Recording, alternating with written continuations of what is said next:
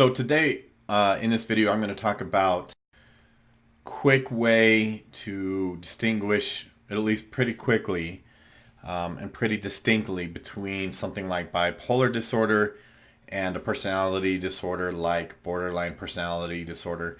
They're both BPD, right? Borderline personality disorder and bipolar disorder. When I say BPD, I'm referring to borderline personality disorder. If I'm referring to bipolar, I just say bipolar because borderline personality disorder is a mouthful, right? So if I say BPD, I mean borderline, okay? And we often see, at least I do, I feel like I see frequently that borderline is misdiagnosed as someone who has bipolar. And I was reading in a book that I really, really like recently, written by a couple of psychologists, and they made a statement in there that really helped kind of clarify this distinction for me, helped me put it into some words that I thought were really, really helpful. And I was also listening to a podcast this morning where this lady, I think the name of the podcast was Family Secrets, and I was listening to it for a very short time. This lady who was being interviewed, she said on the podcast, she said, my mom was very bipolar. Now, when I hear very bipolar, to me that's almost like a red flag. Immediately I'm thinking potentially borderline, for example. Maybe even narcissism.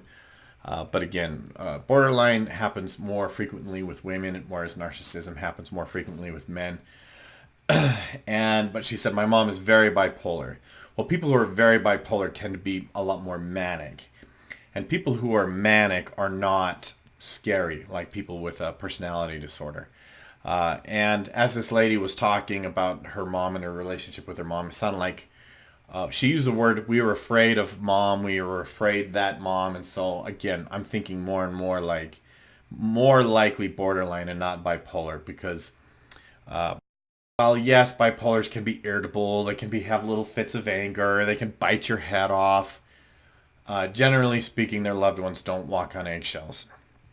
So again, in this podcast, I'm just thinking like, man, this definitely sounds more borderline than it sounds bipolar. But here's what I looked for.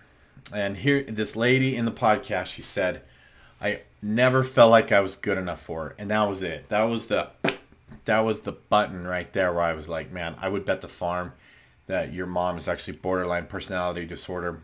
More likely that by leaps and bounds than bipolar disorder. And here's why. And it was put succinctly in this book that I was reading where these two psychologists wrote specifically that people who have a personality disorder put demands on other people and themselves that can never be satisfied or met. And that's the key, okay? People who have bipolar disorder do not put demands onto themselves, other people, and their relationships that can never be met, okay? And this is not in the DSM. This is just kind of based on my own observations and my own experience. I have worked with people who have bipolar disorder. I've worked with people who have been manic, bipolar 1, bipolar 2. I've worked extensively with people who have personality disorders, like borderline personality disorder.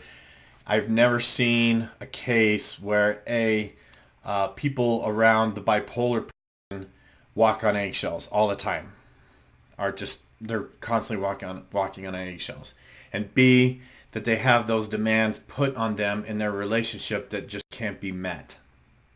And really specifically, it almost feels like there's an emotional black hole. It just swallows everything. Does that person seem like they're almost like an emotional black hole that just consumes and swallows everything, and it's just never ever satisfied? And to me, that is by far more likely a case of borderline or narcissism or a myriad of some other personality disorders, but borderline and narcissism being the two most difficult ones, the ones that put the highest demands on their relationships with the least amount of satisfaction.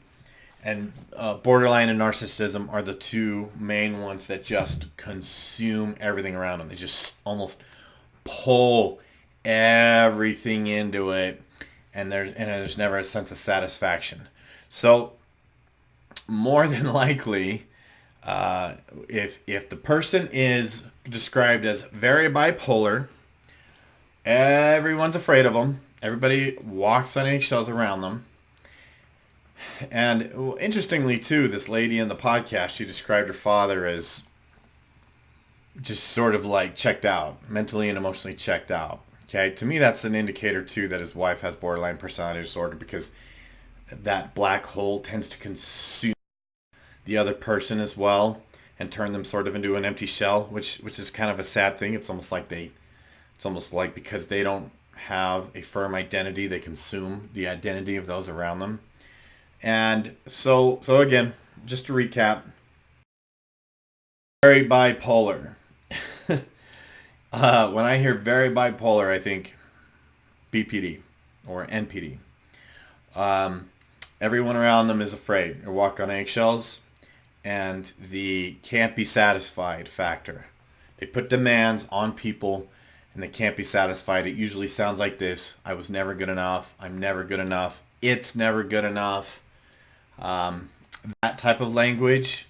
Perfectionism. That's where perfectionism and often obsessive compulsive disorder can sometimes seem to pop up. Is that this obsessiveness to be good enough, but the demands can never be met. So disorders tend to pop up in the kids and maybe some of the people around them. So that's sort of the some of the quick and easy distinctions between borderline and bipolar disorder, or narcissistic personality disorder and bipolar. Again, I don't think I've ever seen a case of bipolar where the family members were terrified of that person, walking on eggshells constantly, like tiptoeing around, trying not to set them off on a constant basis. That's to me one of the sure signs of a personality disorder. So hopefully that's helpful. If you're new here, my name's Scott Carter. I am a licensed therapist. I kind of do a lot of specialty work with high conflict divorce and custody, which is why this is relevant, frankly, in those cases, because people have personality disorders. They do deserve help. They need help. Unfortunately, they tend to not seek it. They tend to not accept it. But they do wreak absolute havoc on families and kids. And so make sure you check out my website. You can read some free articles on there, but they'll put the link in the description below. Don't forget to like and subscribe and all that good stuff. Thank you again for watching. And that'll do it for this one. See you next time.